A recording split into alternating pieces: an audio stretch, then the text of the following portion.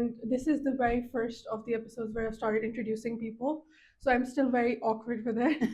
Oh God, that's the journey, Jacqui. It's Getting to a networking event and then doing it, and then your wife saying that, go, and maybe that's gonna. Oh my God, I love that. Everything that you said is so quotable. It's so. Yeah, that's that. I've got to think about that one a bit longer, a bit more really. But I think the person that really and truly empowers me, and as cheesy as this sounds, but it's actually my wife. Oh, tell us about your journey. Oh God, that's the journey, Jacqui. It's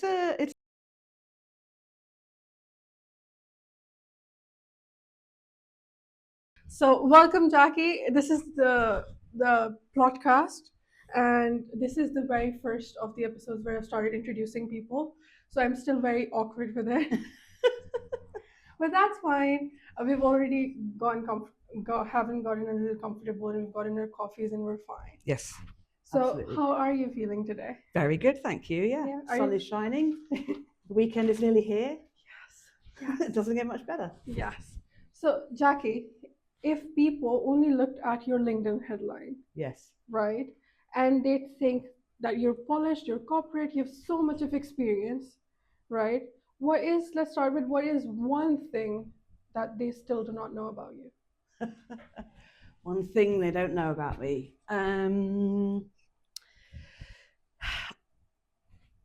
Oh gosh. To be honest, I think that I'm quite candid and transparent online. So I've shared a lot about my journey. I've shared a lot about myself. I guess you probably wouldn't necessarily read it and see it on my LinkedIn profile, but for anybody that's maybe heard me speak or listened to me before, the one thing that's not on there is probably the periods of my life where imposter syndrome has tripped me up and caused me bother. So I think that the version of me now, whilst I like to think that I have been for a long time a very authentic person, and I do bring kind of my whole self really to most situations, I don't think that people would necessarily see me and assume that there have been periods of my life where I have lacked confidence and self-belief. And I'll give you one example, which is that when I was welcoming talent into organizations and I was supporting folks, be it at the beginning of their career journeys or returners or people who are kind of just starting out in a new role, I would stand time after time and welcome them to the organization. I would be part of their induction, their onboarding, hoping to make them feel welcomed and settled in the organization. And they would see me standing up at the front of the room or in front of the podium and see somebody very apparently confident and competent, I guess. But actually, it's not that long ago that I wouldn't have felt comfortable doing that. And I'm talking as recently as kind of sort of 12, 13 years ago. I had never stood in front of a group of people in that way. And the first time my boss at the time, asked me to host an event with hundreds of people, I was terrified. And I so very, very nearly said no. I so nearly said no. In fact, my initial response was no. But she was an amazing manager, and she said to me, I'm not going to force you to do this, but I think that you can do it. Yeah. I've got faith in you. And how about if you do it and I kind of stand by your side or in the wings? And I was like, I just kind of thought to myself, I need to say yes more. I need to try it. And yes, I did it. And my knees were knocking and my voice was shaking. But actually, by the end of it, I liked it. And very quickly, I found myself doing it more and more and more.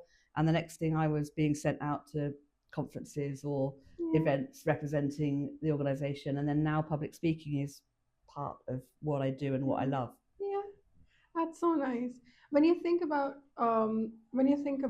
like the head of diversity, and when you think about working at organizations like Citi or Microsoft, or going from residential care to all of these organizations, as a normal 20-year-old, I would not think that you'd have imposter syndrome. But you just saying that made it so easy for me to say that, okay, you've been there. Yeah. And you get that too. And that's a really important part of how I show up is being prepared to show vulnerability, because I think that I've worked with some really impressive people and I've worked with some very accomplished people, but I think there's this kind of misconception that everybody's got it sorted and that everybody all the time is feeling completely fine and totally confident. I just think that people become very good at sort of the swan-like behavior, where it's very calm and serene on the surface, but paddling away like mad underneath. Yeah. And I've always shared that with people, which is, look around, and those folks that look like they are super confident right now, they will have their own confidence gremlins. They will have their own issues going on.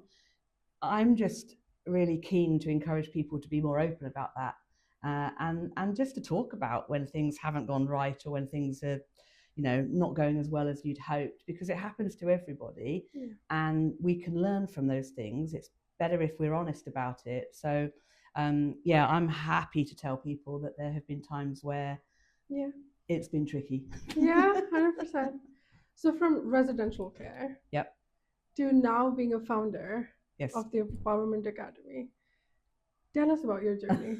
Oh God, that's the journey, Jacqui. It's a curious one for sure. I often describe my career as a game of two halves, because they are distinctly different in some ways, and yet there are absolutely kind of core themes and threads that run throughout both of them. So yes, as you rightly said, at the start of my career, I was working in residential care, working with children and young people with disabilities and learning difficulties. And I wouldn't change that for the world.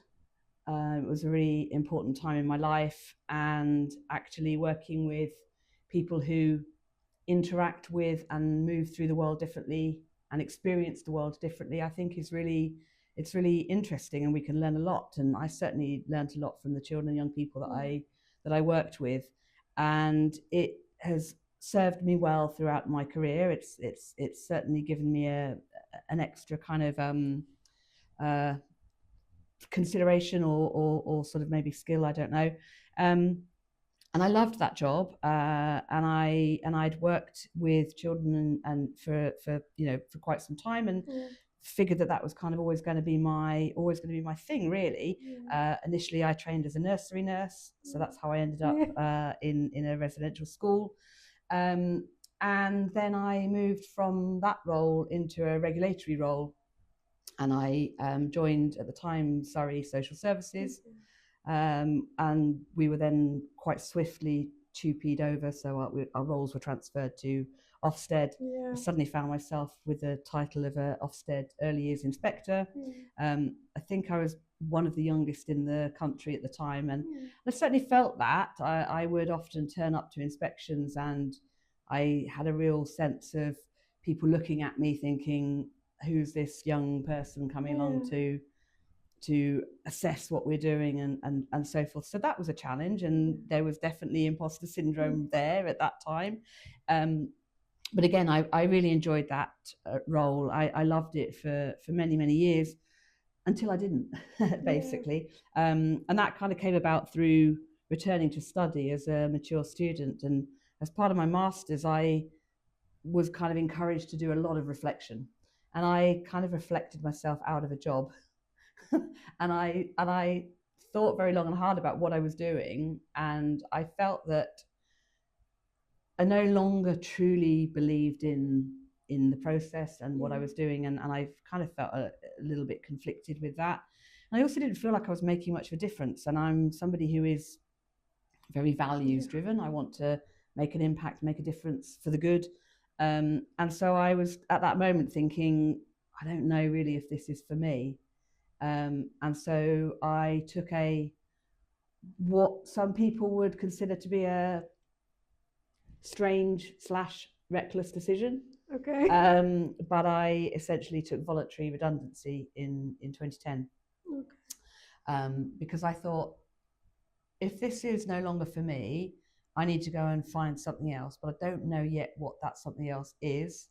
So maybe this is the push that I need to go and look for it. Yes.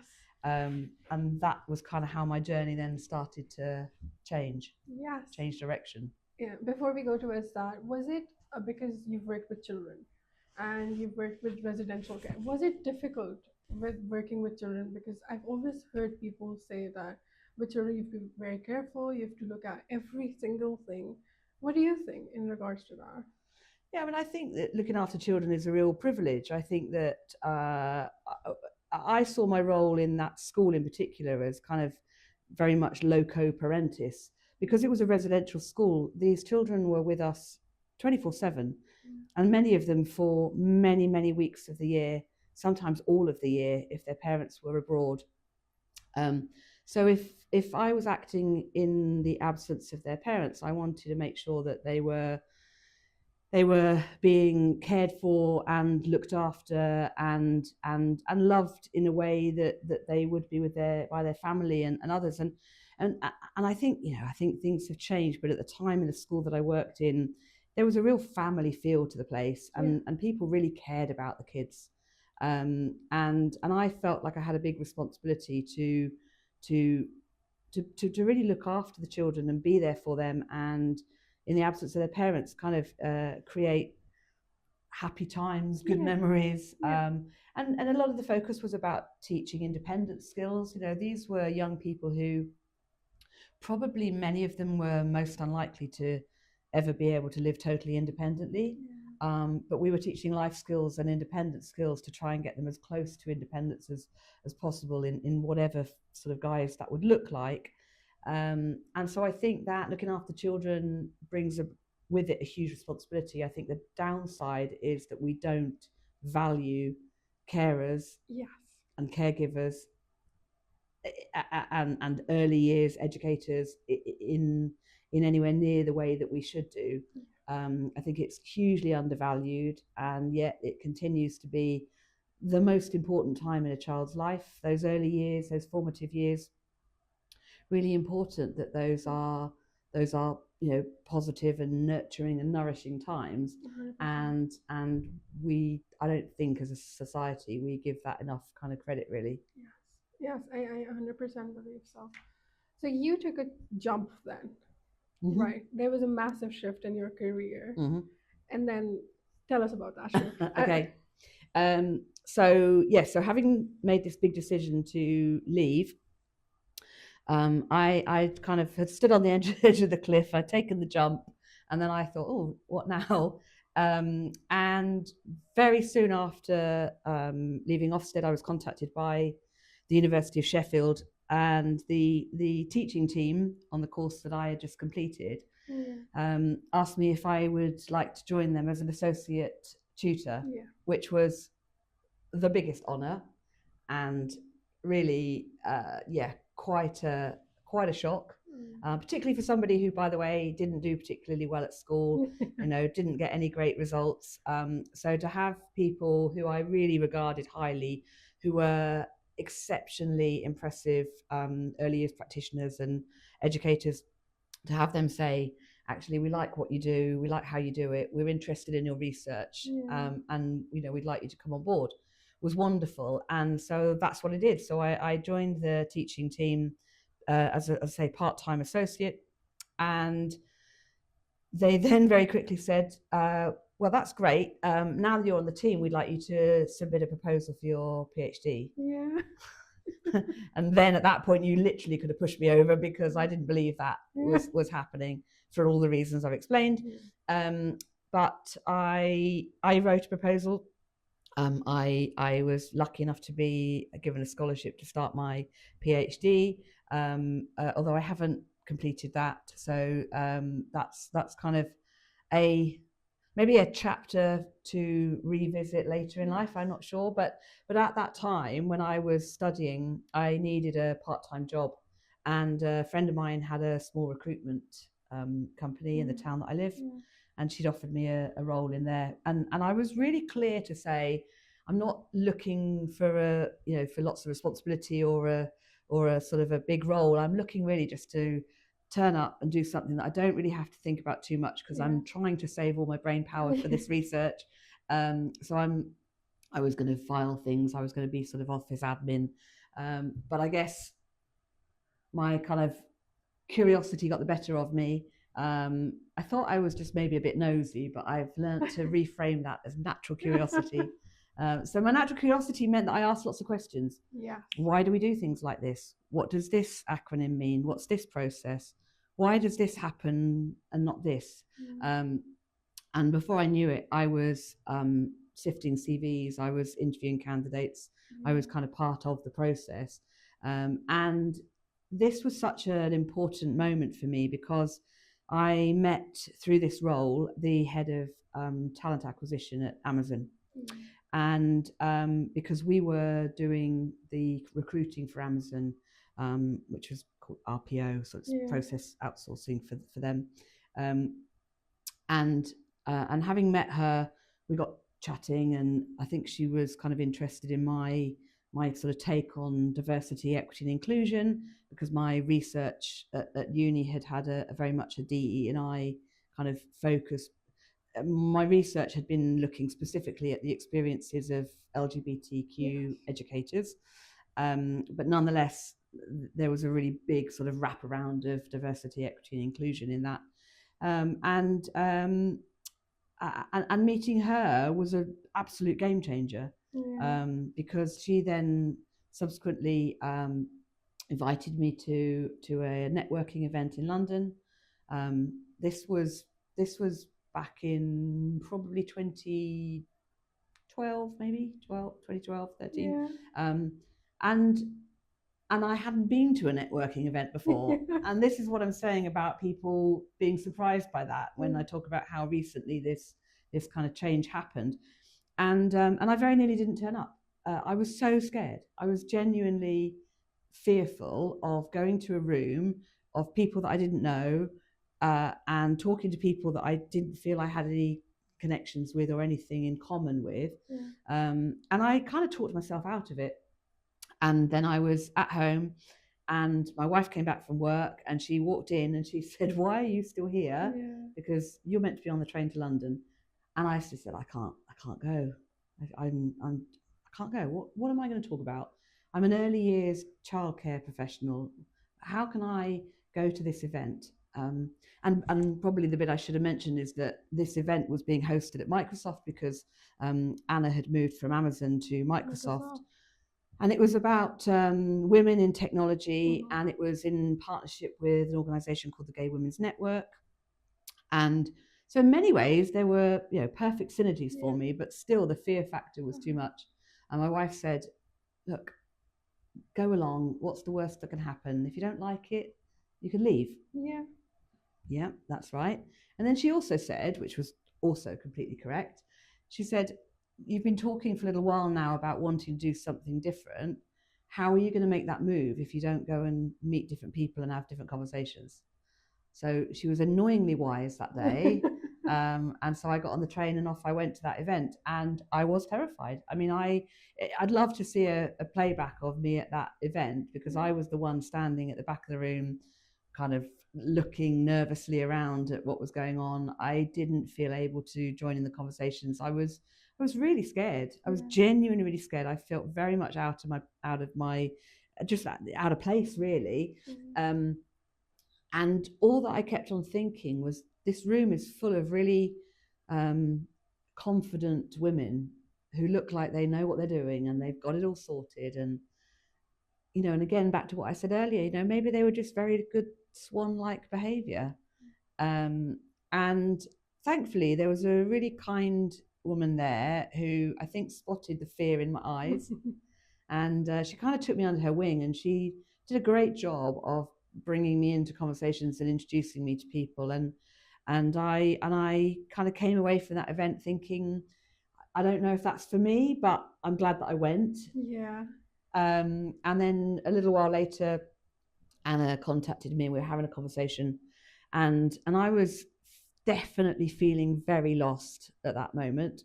I didn't know which way to go or how to move forward. And I had a conversation with Anna, and she said, "Look, I've got a piece of work that I think would be really interesting for you, but it's only a really short-term contract. Would you come and work on it?" And again, of course, it's a pinch me moment. Will I come and work on a project at Microsoft? Hell yeah, of course I will. And so I went, and I was meant to be there for 2 months, and 2 months became 5 months, became a year, became, and so it goes on, really. Yeah, I love that. I love how it all connected together, and how it was. I don't know if you believe in like destiny. Oh, absolutely, 100%. It was just it was supposed to happen, and it happened at the right time. Yeah, I'm a total fatalist. I believe that I really do. I believe that these things, if they are, meant for you. A good friend of mine actually that I used to work with, he always said, "What is meant for you won't pass you by," and I kind of like that. So now, till now, we've known that you've worked with Microsoft. So you got there, turned into years. Yes. How did the Empowerment Academy happen?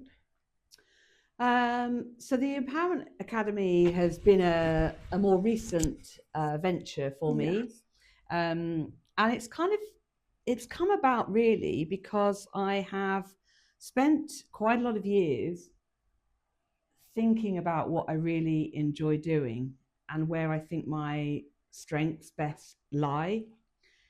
And the one thing that I kind of kept on coming back to when I think about my time at Microsoft, my time at Citi, is that really I feel like my reason for being, if you like, the reason for getting up in the morning and going to work was always about my drive to empower other people. Yeah. It's kind of as simple as that, really. I feel like I'm at my best, and I'm kind of doing my best work when I am helping other people to realize their potential and to find their kind of path and go and be great. Yeah. And so I kind of thought, what about if I take all of the best bits of what I love doing? Yeah. So some of that is coaching. Yes. I absolutely love coaching people. I also enjoy mentoring people. I enjoy developing people. So whether that be through facilitating training, learning and development, or advising folks in a kind of consultancy sort of way, I kind of started to think, this is really what I want to be doing. I want to go and do this, but I want to go and do it with individuals or smaller organizations or individuals within big organizations. Like, it doesn't really matter. I want to kind of help people. And the reason for that is that I've only been able to do the things that I've done because of a few key people along the way who have either taken a bet on me, been kind enough with their wisdom and generous with their knowledge, and encouraged me and supported me, and folks that have kind of inspired me, but also people who have pushed me and enabled me or empowered me. So there's an element of kind of wanting to pay it forward, but there's just an element of kind of thinking, this just feels like what I'm meant to be doing. That is your path. That is your path, and it all tied together. But how did you know? So, residential care, Microsoft, recruitment, Microsoft. How did you know that this exactly was my path, or this is what I have to do? I don't think I did. No, I don't think I did. And I think that there are kind of there's two schools of thought. You'll speak to some people who have a very clear plan about what they're going to do and how they're going to get there. Yeah. I'm not one of those. Same. I'm in the other camp. And I remember actually when I was at Microsoft, we had two very senior leaders who were asked that question, and they both had completely different answers. They were doing the same role at different times. And one of them was very much, this is what I've always wanted to do. I was always going to get here, and I've taken these steps to get to this role, and this was what I was meant to be doing, and then I'll get to there. And then the other person said, oh, I've just taken lots of risks along the way. I have said yes to lots of opportunities. I've tried different things. I've pushed myself. I've tested myself. And then I'm really pleased with where I've landed. Yeah. And I'm very much the latter. Mm-hmm. So I didn't know this is where I was going to end up at all. But what I have done is the time at Microsoft for me was the real game changer, because I felt so out of place there, and the good old imposter syndrome was following me around the campus. So the campus at the time was 5 big buildings, all connected, and I feel like for a good few weeks and months I used to walk around kind of looking over my shoulder, because I was always expecting somebody to kind of tap me on the shoulder and be like, what are you doing? Why are you here? You're not meant to be here. You don't belong here. You don't fit in. This isn't for you. How did you get here? And those voices were really loud, and they were really interfering. But I worked with a really phenomenal woman who was a total inspiration to me. I should give Steph a shout out. And she was extremely kind and generous with her knowledge. She shared her insights, her experience with me. I learned so much from her. But she kind of pulled me to the side quite early on and said, how are you finding this? And I had that kind of scared look on my face, as if to say, oh, I don't know. I don't really know what's going on or what's happening. And she said, I can't believe that. She said, you look like you've been doing this forever, and wherever you turn up and however you show up, it's really working, and people like it, and they like how you kind of approach things. So that was really important as a kind of a confidence boost. But a bit like the example I gave you, where my other boss, Lucy, had asked me to host this event and speak in front of all the people.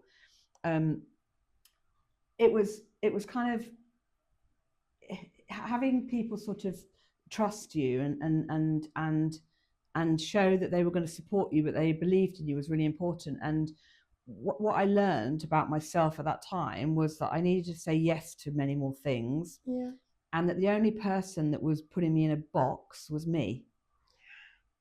And I had put myself so firmly in this box for so many years. I'm Jacqui Lloyd. I'm an early years professional. I work for Ofsted. I've worked in childcare and education. And that was kind of the story I'd been telling myself for so long, that I couldn't think beyond that. I couldn't think about what another version would look like. So when anybody asked me questions at Microsoft, have you ever done such and such? Have you ever done this before? Have you ever done that? I would always be really honest, and I would say, no, I haven't done it. But I'd always follow it with, I'll have a go. Yeah. And that kind of became my, I'll have a go. And I just thought, actually, yes.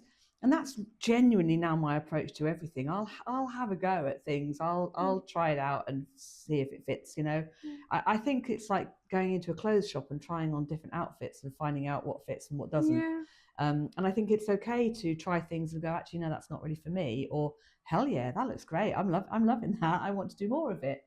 But by doing that, by trying different things and stretching myself and deliberately putting myself in uncomfortable situations, I learned so much about myself, and I learned that I was capable of far more than I thought I was, and that actually, it could be fun to try new things and learn new skills and develop myself. And I very much kind of continue to use that approach. And anyone that's ever worked with me will have heard me say, whether it's an apprentice or an intern on day one, or a new employee joining the organization, or even my team, constantly saying to them, get comfortable being uncomfortable. It's really important. It's only where the good stuff happens. If you stay all the time in the comfort zone, you will just wither away. Nobody does great stuff in their comfort zone. That's not where you learn. That's not where you develop. That's not where you try new things, gain new experiences. You've got to push yourself out there. That's where the good stuff is. Yeah, I love that. And I think that is one of the things that's really pushed me as well, with like the comfort zone, getting out of it, doing your own bit, and then let the universe handle it.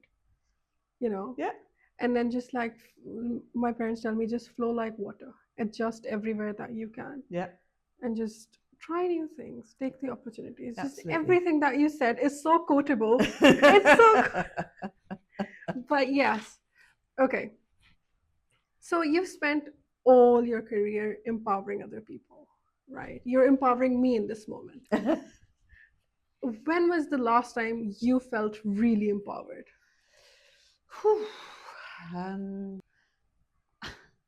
I, I don't want this to sound too kind of conceited, really, but I kind of feel like I have to empower myself to an extent. That means I have to back myself. I have to believe what I'm doing. Um, I'm a really big fan of the concept that validation is an inside job. Yes.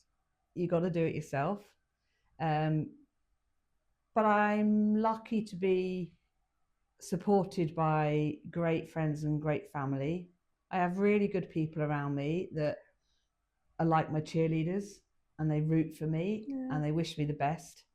So I kind of feel empowered by the people that I hang about with and spend time with. Yeah. Yeah, I love that. I think having those people is really important in your life as well. Yeah. I think learning to self-validate is what I'm really learning in struggle, and we all struggle with that. Yeah. I think because it's a really difficult job to learn. It's It really is. easy to say that learn yourself, Yeah. validate it, but it's a really difficult job to do so. It is, and it fluctuates. And I'm not saying that I don't have days or times where I kind of think, oh, what am I doing? What am I thinking? Why am I going to go in this direction or that direction? So it's not plain sailing. It's really not at all. But I've also spent quite a lot of time doing the work on myself, understanding who I am, understanding when I'm at my best, understanding how to kind of keep my cup topped up, as it were. Yeah. That sort of saying that you can't pour from an empty cup. I get energy from other people. Yeah. I enjoy being around other people. I like that feeling when I help somebody else, when I empower somebody else. That gives me a buzz. Yeah. That tops up my battery.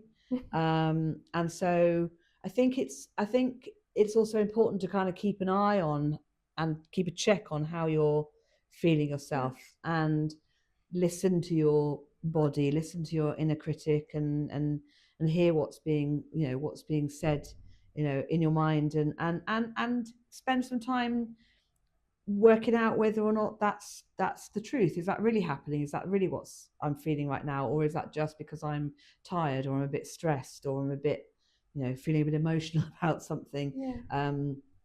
I think I'm a big believer that you need to kind of acknowledge your feelings. And there's a psychologist called Dan Siegel who talks about the importance of, when you think about emotions, that you name it to tame it. Yes. And I really like that, the idea that, if you're feeling stressed, if you're feeling anxious, if you're feeling worried, if you're feeling nervous, don't push those feelings away, because that's not helping you at all. Instead, welcome them in and acknowledge them and name it and take control of it. I think is kind of important. Yeah, 100%. So empowerment is not just about having the perfectly curated moments. Not at all. Absolutely not at all. No. I think, in very simple terms, I think empowerment is about helping people to have trust in themselves and their abilities, confidence, a voice, and understanding what they're capable of. I think empowering other people is kind of, I always have this image in my mind of kind of just like a gentle pair of hands underneath somebody, you're there, you're supporting, but you're not holding them up. You're just kind of guiding people along their way. That's always an image that's in my mind, that I kind of often hold on to, this idea of kind of just, helping people to kind of be the best that they can be. And for me, empowerment is shifting really from, if you think about empowerment in terms of leadership, I think it's shifting from control to trust. And it's creating the kind of conditions for people to thrive in. And that's all about how you make people feel, and how you treat people, and how you get them to understand their own worth, their own values, their own kind of North Star, and where they're headed. Yeah, I think from that, what is, because you've worked with CEOs, you've worked with founders, you've worked on teams, what is that non-negotiable, right? Three non-negotiable, one non-negotiable that you think that founders or CEOs should have in their team to be inclusive, to empower everybody? Hmm. Um, to create inclusion and to create an inclusive environment, I think the best and most important thing you can do is listen. Yeah. I know it's an old kind of adage, the idea that we have, two ears and one mouth, and we should use these twice as much as that in that ratio. But if you listen to people, and I mean truly listen to people, and show them that they've been seen and they've been heard and that they are valued, and you know them and you remember them, it's amazing how powerful that could be in terms of kind of creating an inclusive environment. Yeah. And making sure that people feel recognized and like they belong. um I, in terms of non-negotiables, I mean, I yeah, that's that. I've got to think about that one a bit longer, a bit more, really. Yeah. I I think that it's important to kind of meet people where they are, and to acknowledge and recognize that we're not always going to see eye to eye with everybody. Yes. But have the ability to remove emotion from those conversations and be a little bit more objective, and recognize that somebody's different perspective might be an opportunity for you to learn and for you to think differently. I used to work with somebody who talked a really good game about diversity, and I've always talked about the importance of diversity of thought in teams. So not just diversity in terms of demographics and those sort of metrics that we measure in organizations, but diversity of thought and diversity of experience is really important. And this person who had a senior role in diversity, I kind of felt like their idea was they appreciated and valued diversity of thought as long as you thought exactly the same way as them. Yeah. And I think that you have to have more compassion and understanding for people, and, as I say, try and meet people where they are and bring people along the journey with you. Not persuade people or try and convince them of what you're doing, or try and change their minds about stuff, but just present them with information, give a good rounded kind of argument, and step back and listen. Yeah, I think I completely agree to it. You don't have to agree with other person's opinion. No. But that does not mean that you need to change their opinion. No. You could listen with an open mind. And you don't have to agree, but what is non-negotiable is you have to respect it. Yes, 100%. So maybe maybe that's the non-negotiable is kind of, being respectful and courteous of other people. Yeah. I think quite simply treat people the way that you want to be treated yourself. Yeah. It's not difficult. It's not complicated. It's much nicer to be nice. Yes. Yeah. Yeah. And to be a little kind to the world. The world's already a little harsh. Absolutely right. Yes. Absolutely right. One hard truth that I want you to say. So you've worked with a lot of teams globally, right? Okay, what's the hardest truth about inclusion diversity that people do not want to hear? Yes. Okay. I think what they don't want to hear is that diversity, equity, and inclusion in your organization doesn't happen by accident, and it's not just about great marketing and a nice tagline. Yeah. No, and I actually think that I think that kind of performative DE&I work in organizations is the worst, and is kind of more damaging than those organizations that haven't yet perhaps even thought about what they're doing in that space. And by that I mean organizations who are willing to get on board when things are in favor and in vogue, and say that this matters and that they're committed and that they will wholeheartedly fight for the rights of others and try to create a more equitable workplace for folks, until suddenly they don't. So, for example, in this past year, we've seen so many organizations just take an absolute U-turn on their D&I commitments, purely because of the American administration and what's happening across the pond.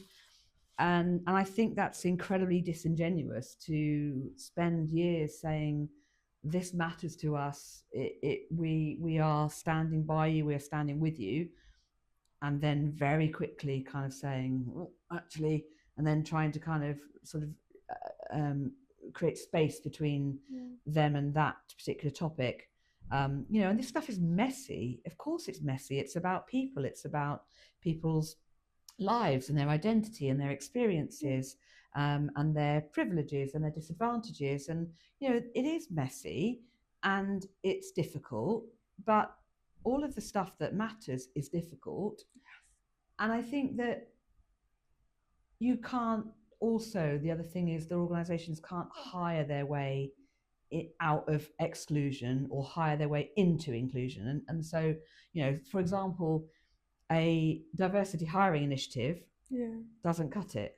By simply saying we're going to hire more, insert any group, more women, more black people, more brown people, more LGBTQ people, more people with disabilities, etc., etc., etc. We're going to hire more of, doesn't make any difference. If you don't actively and intentionally think about the environment in which those people are coming into, then this just becomes a kind of a revolving door, because people don't want to come and work somewhere where they're not seen, heard, valued and recognised, and they don't want to work somewhere where the organisation doesn't really walk the walk. It's not good enough for organisations to run one bit of DE&I training once a year, or host one event tied to a calendar event to celebrate such and such a day. That's not enough. That's not good enough. That's not how people truly feel like they belong in an organisation, or that the organisation is inclusive of everybody. So I think what they don't want to hear is that it doesn't happen by accident. And also it means that sometimes equity will cost a bit of power. It means people in power and people with privilege and people who have never experienced any kind of marginalisation, they need to give something up.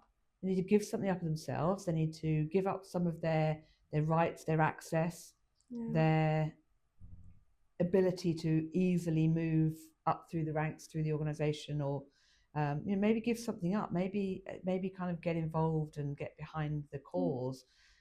So DE&I done well requires absolute intention and commitment from leaders and from the organisation as a whole. There was a really big talk during Pride Month this year by marketeers, because I'm in that group. Yes. That just slapping a flag does not mean that you support them. That does not mean that. No. Actions speak louder. Absolutely. And we've seen that for years. This kind of idea of rainbow washing has happened for years and years.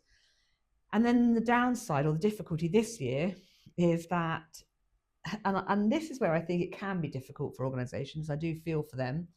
I kind of feel sometimes like they're damned if they do and they're damned if they don't. So for several years, organisations that changed their logo during Pride Month were kind of vilified and targeted online by saying you can't just stick a rainbow on it and that makes it all okay. It doesn't work like that. I've worked in organisations, thankfully, where I do feel like they have stood up for what they believe in, and they have got behind the cause, and they have worked hard to make the experiences for LGBTQ folks better. But if you then look at this year, where all of those organisations suddenly stepped away and removed all of their rainbow, then the same people are kind of going, oh, so you haven't got your rainbow on this year, so you no longer care about it. Yeah, it's a tricky one. It is a tricky one. Yeah. It's a tricky one. My ideal is that organisations, feel free, absolutely change your logo during Pride Month. Yeah. I like that, as long as this isn't a one and done. I want to see that you do other things throughout the year to make people aware of your commitment to LGBTQ equality, your awareness and understanding of what it's like to be LGBTQ in this country and in others, and in places where it's illegal and it's difficult and it's challenging, and so forth. So I think it's always a hard position for organisations, and I think the marketing folks have a hard time trying to kind of walk that tightrope in helping an organisation stand up for what they believe in, but not doing it in such a way that it becomes tokenistic. Yes. Or that they kind of get criticised. But I do think sometimes organisations are, they're damned if they do and they're damned if they don't. Yeah, with marketing it could get a little tricky because some moves could be perceived as wrong. Yeah. So that's it. And the thing is, as a marketer, you're never looking at something from just one set of eyes. No. Of course, you're thinking about your target audience and who are you kind of speaking to, but the likelihood that target audience is all one archetype or personality or it's never going to happen. So with the intersectionality of people's lives and their identities, there are going to be things which merge, and there are going to be things which conflict, and there are going to be things which some people are fully aligned on and agree with, and there are going to be things where people are like, actually, I'm not comfortable with that. That doesn't align with my values and my beliefs and so forth. So it's challenging. Yeah, it is. Sorry, I was going to just go on to say, on a similar vein, if an organisation just simply hopes that by not getting involved or by not kind of marketing to different people and so forth, that they can kind of get away with it, that's also, I think, a really dangerous place to be.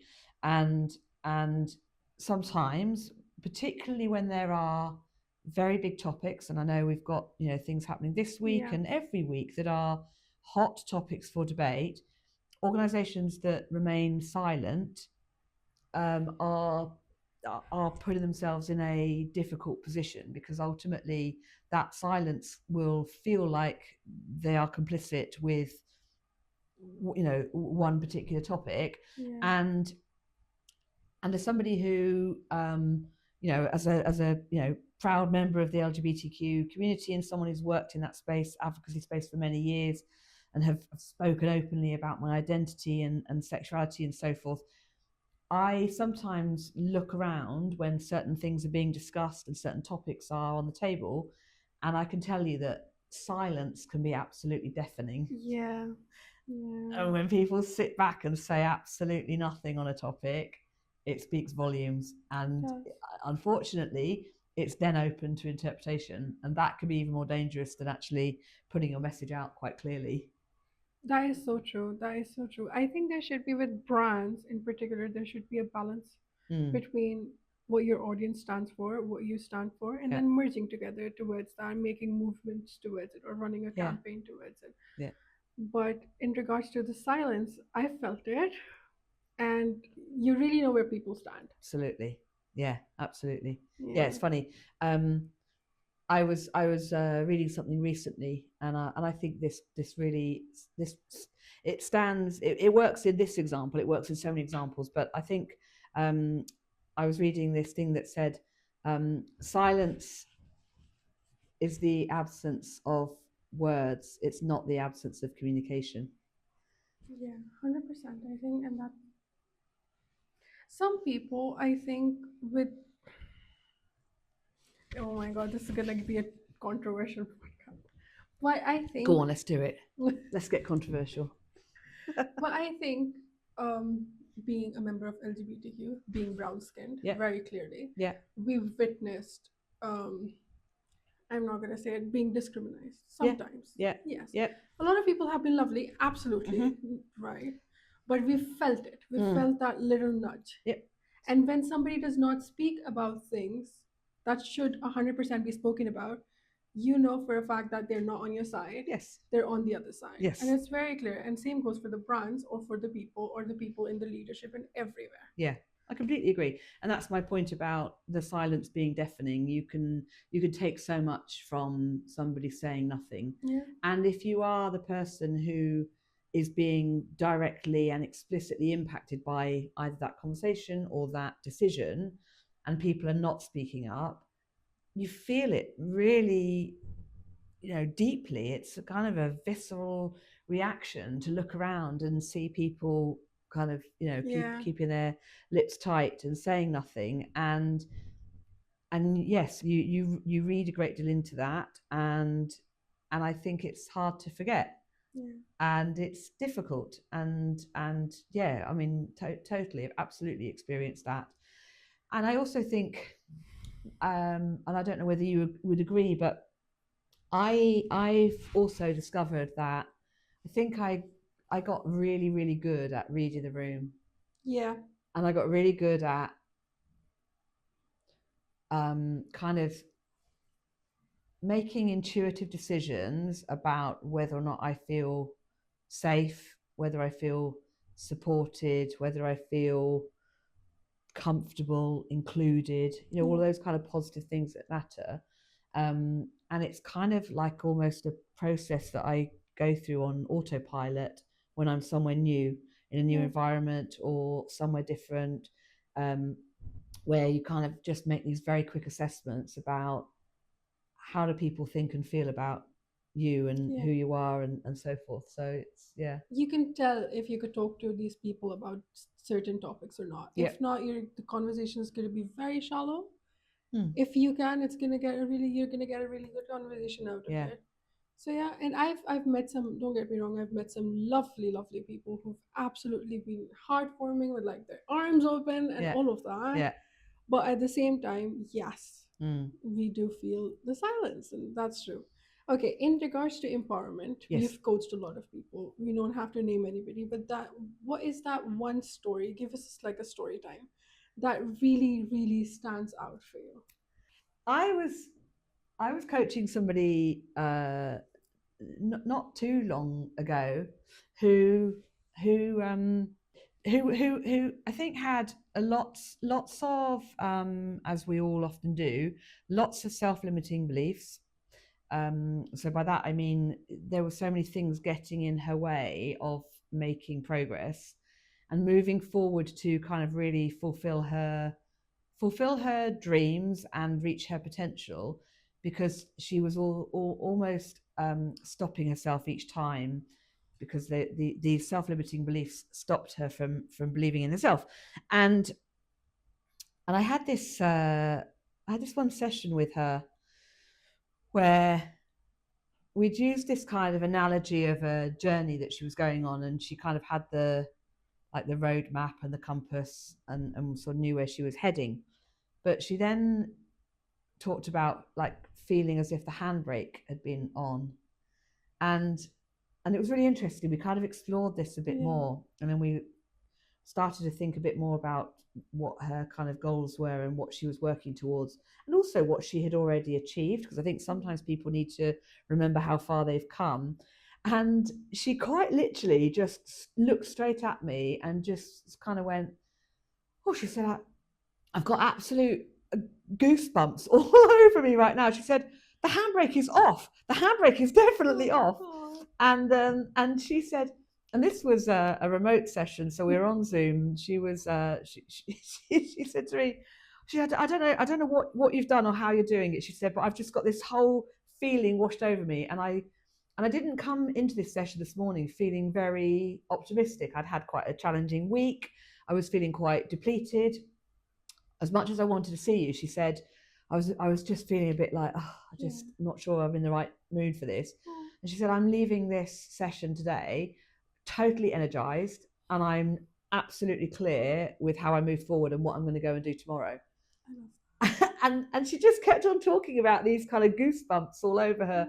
And I just thought that was so lovely, because there was there was just this real kind of visceral reaction that she had, where we just unlocked something through the conversations that we were having, and I just thought, yeah, that's why I love what I do. Yeah, yeah, that is so beautiful. And I kind of come off those calls thinking, yeah, that was great. That was that was good time well spent, and I'm as excited for her as she is, and you know, and then I get excited about kind of the next meeting, because I'm looking forward then to hearing sort of the updates and the progress. Yeah, I love that.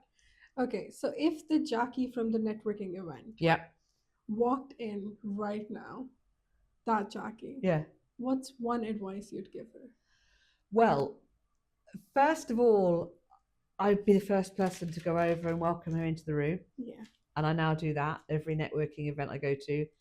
I often look around to see if there's anyone looking a little bit lost and a little bit scared, because I just remember that feeling so vividly. So I would always go straight over to them and try and bring them into the conversation.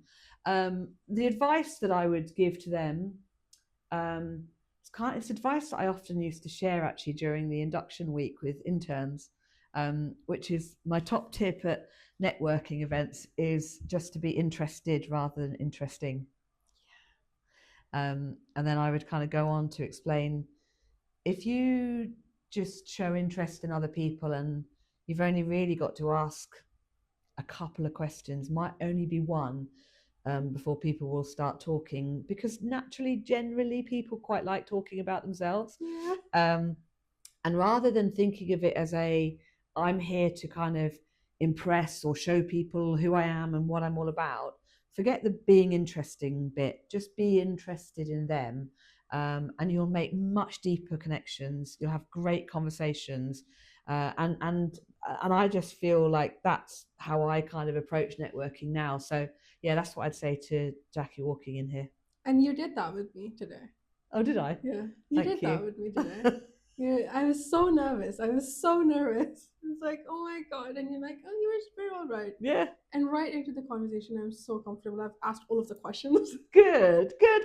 Well, you know, that's the idea. And as I said, you know, at the beginning, nerves are just your body's way of telling you that you care and that it matters and that you're getting ready for something cool. Yeah, 100%. In regards to being interested, I think you learn so much with just prompting a few questions and learning from people and their journeys, like so much. Totally. Because there's so many things that are common between one human and the other, no matter what. Yeah. We all go through burnout. We all go through imposter syndrome. We all go through different phases of our life. Yeah. When we were the other part. It's hilarious, really, because I think when I went to that first event, I don't think I even had a LinkedIn profile. In fact, I'm fairly certain I wouldn't have done, because it wasn't something that I kind of needed in my old world. Yeah. And so I was kind of meeting all these people for the first time, and then in a very short space of time, I kind of created a profile, and I went to an event just this week and met another really room full of interesting women doing all sorts of great things, and had some wonderful conversations with people, and came back and I was kind of getting all these sort of connection requests, which I love. It's wonderful to kind of grow that.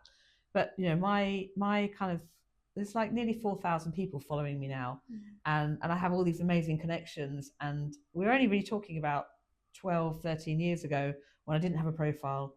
I didn't have a a LinkedIn profile in any regard. And I've built and I've kind of nourished and nurtured that network along the way. And anybody that kind of knows me will know that if I can help somebody, I absolutely will. And there's been a few occasions over the years where somebody has kind of messaged me because they're looking for a role, or they're having a difficult time and they need something, the next opportunity. And I've kind of put out a shout out to my mighty network, and all of a sudden these kind of opportunities have opened up for folks.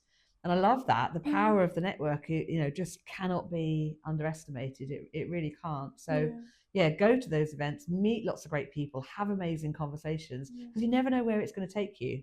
No, you don't. Okay. Who empowered you? You've empowered so many people. Now it's time to share the credit, Jacqui. Who empowered you? Okay. So I think I've mentioned a couple of key people today that have been important along the way. I should have kind of shouted out Rebecca and Karen as well from the original recruitment company I worked at, because Rebecca's been a wise voice in my kind of ear for many years as well, and someone that I feel has kind of mentored me, even though she would claim she hasn't. But I think the person that really and truly empowers me, and as cheesy as this sounds, but it's actually my wife. Oh, I love that. Because again, going back to what I said about kind of trust and having a voice and having confidence and feeling like you can do stuff, then I feel like I get that from Jerry, really. And she she keeps me grounded. She definitely does not let me get ahead of myself. She's very good at kind of reminding me what's what, which I love about her. But she also just is always there and has always, even when I've made what appear to be strange decisions, walking away from a perfectly good role or taking redundancy, she has always said, I believe in you and this will be okay, and it will be fine, and we've got this. And that's really, really empowering. That's beautiful. I'm gonna cut this clip and I'll send it to you so that you can send it to her as a dedication. I tell you what, she'll take one look at it and be like, yeah, whatever. I love that. But that's so important that your partner could empower you on so many levels. Yeah. And even if you have that one person backing you. Yes. No matter what. Yeah. Even if the world is against you, you're just gonna go. Yeah, exactly that. And I really feel like it through the good bits and the tricky bits. She's very level. She's like, yeah, it'll be fine. It'll be fine. And sometimes you just need someone to say, it'll be fine. It'll all work out. It'll all work out. Yeah. It'll all be good. Load. Okay, the question that I asked every single guest. Yeah. What is the biggest plot twist of your life? The biggest what? Sorry. Plot twist of your life. The biggest plot twist. I mean, I definitely think it's moving from public sector to private, moving from education into tech. Whenever I share my story with folks, or if anyone asks me about my kind of career, and as I said, I was at an event this week, and people assume that I've always worked in big corporates, that I've always worked in HR, that I've always done these things. And when I say, oh, no, I'm quite new to this, really. Relatively speaking, I'm a newbie. Compared to many, I haven't done this my whole life. And when I say casually that I used to be an Ofsted inspector, that tends to be a bit of a plot twist that people didn't kind of see coming and they don't expect. And I think that plot twist for me was absolutely crucial. I love it, and I wouldn't change any of it. I love where I've been and where I'm headed. I like the combination of the two. Strangely, I think that going from public into private was kind of interesting, because if you know anybody who's worked in the public sector, you have to be quite resourceful. You don't have lots of money to spend on things. There are no resources available, and things have to be done in a certain way, and you don't waste anything. And actually, that was really useful going into a big organization where many people don't have that mindset and mentality, and sometimes think that you have to spend loads of money to create great events or to create great programs and so forth. And actually, I'm pretty good at doing things on a budget, on a shoestring, because I don't think you need to spend loads of money. If you've got a great idea and you've got great content and you've got great people around you, so that was kind of helpful and useful. But I think also it just meant that I came and asked different questions. Quite simply. And because of that, I haven't ever shied away from asking questions. So I kind of proudly talk about my willingness to challenge the status quo and to ask those questions that perhaps nobody else is willing to ask, or that perhaps no one else has thought of. And it's quite simply because I come at things from a different position. I think if you have only ever worked in large corporations, there's a risk of being quite institutionalized. And I think there's a lot of people that yeah, sure enough, they've moved around organizations, but they've never changed sector. They've always been in exactly the same type of role in the same industry forever. And actually, do you really think that you're getting the most innovative and creative work out of people if they've only ever known one version of the truth? No, exactly. It's why I'm particularly proud of one of the programs that I created, which was a returners program, and I wasn't targeting people who've previously worked in financial services to get them back.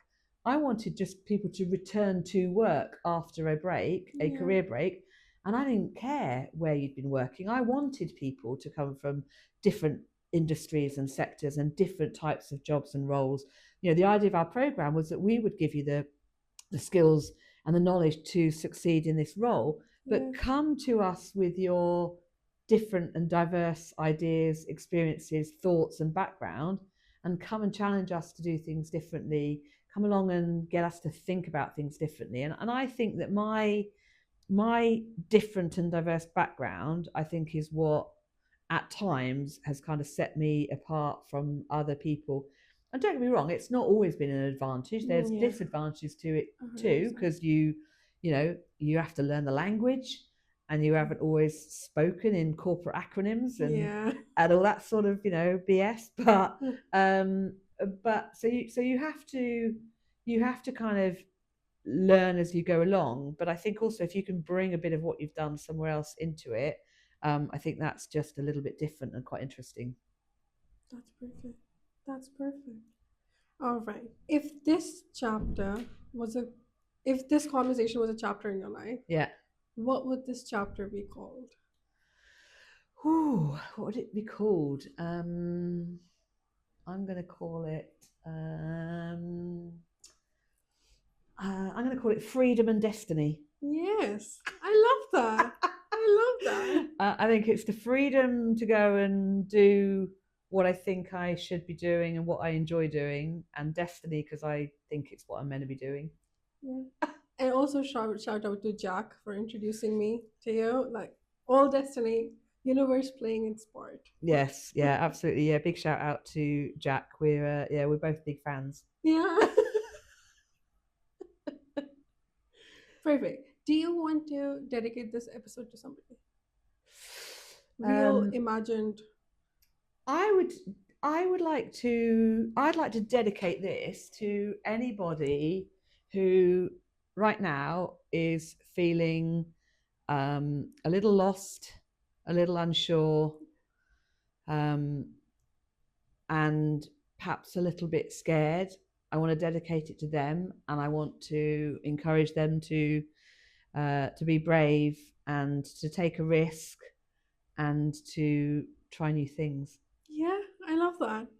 That's not the dedication, that's the advice for everybody. Like, I knew you'd come here and you'd drop lots of quotes, and I'd have lots of reels to play around with. Thank you. You're so welcome. I've really enjoyed it. It's been good conversation. Yeah, it really has. And if even one part of what we have spoken about is useful for just one person, then I'm happy with that.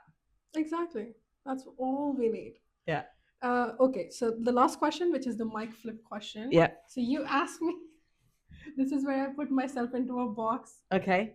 You ask me anything, whatever you want to ask me, any question. Okie doke, right. Like, this is your podcast. Okay.